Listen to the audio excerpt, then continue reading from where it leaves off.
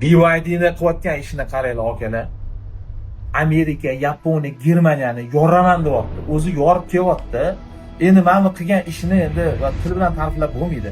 O'zi shundoq ham Xitoy mashinalari pikka chiqib bo'ldi. O'zi shundoq ham Yevropaliklarni emelatyapti. Qiynalib qoldi ular savdoda.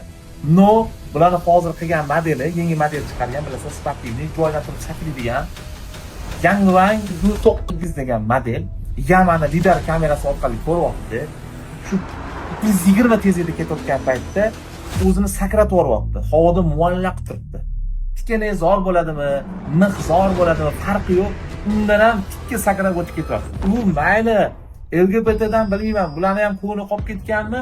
LGBTni bayrog'iga sal o'xshaydigan narsa bo'lib qolsa ham jirkanganini sakrab o'tib ketyapti. Xitoyga haligacha ishonib yurmaydigan akalar-ukalar. Endi to'g'risini aytaylik, akalar. Xitoy mashinalariga haligacha ishonib yurmaydi.